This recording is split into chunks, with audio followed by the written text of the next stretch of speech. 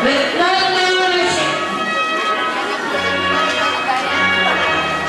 Batang nagdamit ng ikasyam na karangal ng banggit, ang nais ni Rochelle sa kanyang paglaki ay maging isang Peter Raimundo Rochelle.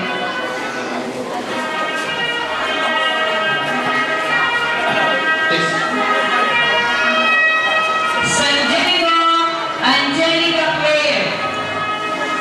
Batang nagdamit ng ikatlong pamalan sa K1, ang nais ni Angelica sa kanyang paglaki maging isang computer engineer. Mana sa dami. San Diego Angelica Claire. Anak pa naman po, nandiyan pa ba kayo?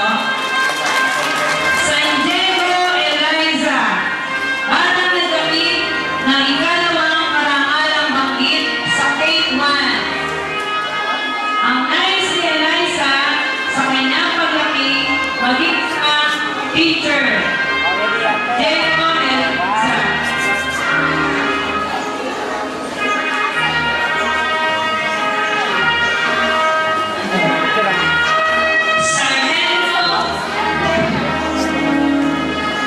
Sargento Altea. Batang nagdamit ng ikatlong karangalan sa 22. Ang nais ni Altea sa kanyang paglaki maging isang nurse.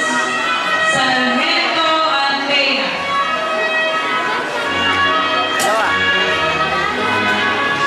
Soriano Eliza May.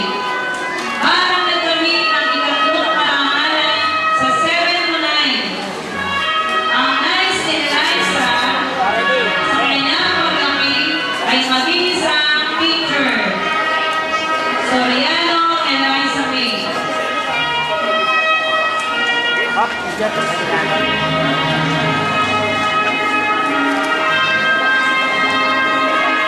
Toledana Nicole Charisse. Batang magdamit ang nais ni Nicole sa kanyang paglaki ay maging isang preacher. Doon po siya mapipig sa simbahan. Si sister. Nicole Charisse Toledana.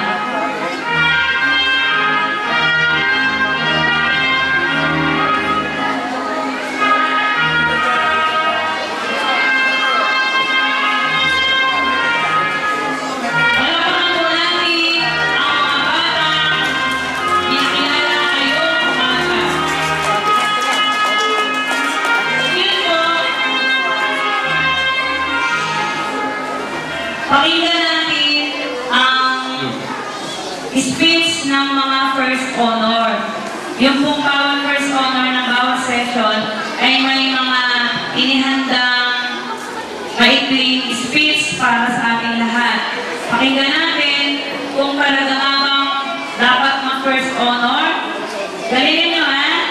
Unahin natin si Angeli Dapitan. First honor, 7-9. Palakpakan po natin. Students, parents, my understanding teachers. A pleasant day to all of you. I would like to extend my warm greetings to everyone who helped to make this occasion successful. To my teacher, who teach me in Bible. To my parents, who support me.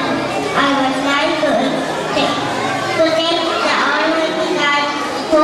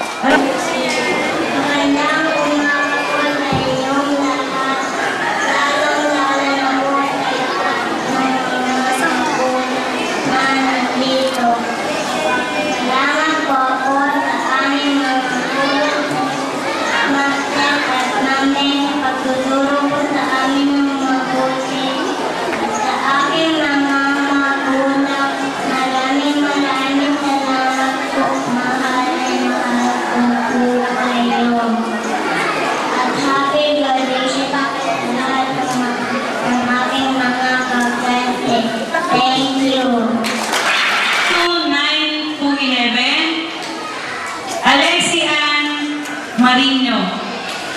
Teacher, parents, and classmates, to our class, teacher, we thank you.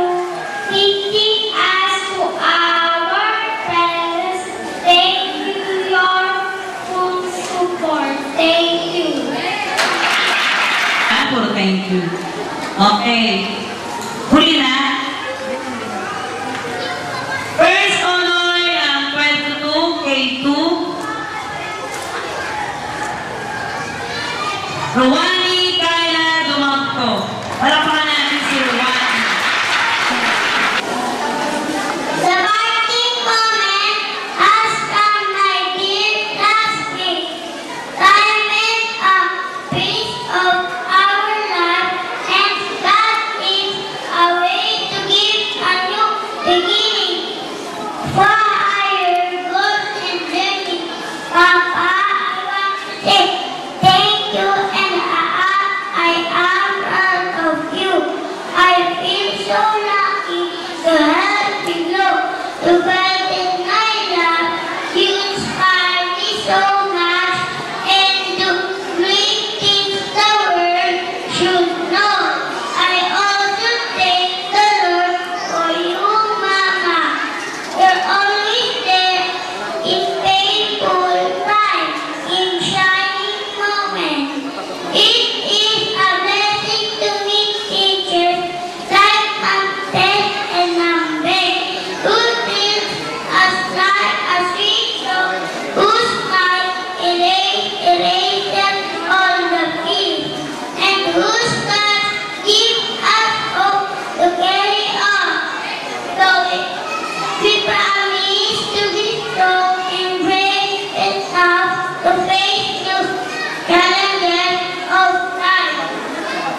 So we must fight, may never see in my heart. All of you will always be. Thank you, and God bless us all. Ito natin si Kayla at kanyang mga magulang. Siyempre, kung wala sila, wala sila. Ay, saka yung kapatid. Saka yung baby pa. Sandali, tatawagan ko kung may tao dun sa Marami yung ito. bahay. Okay. Thank you. Tapos tawagan ko ta. Ngayon naman, Ang magaling ngayon na boksingero sa buong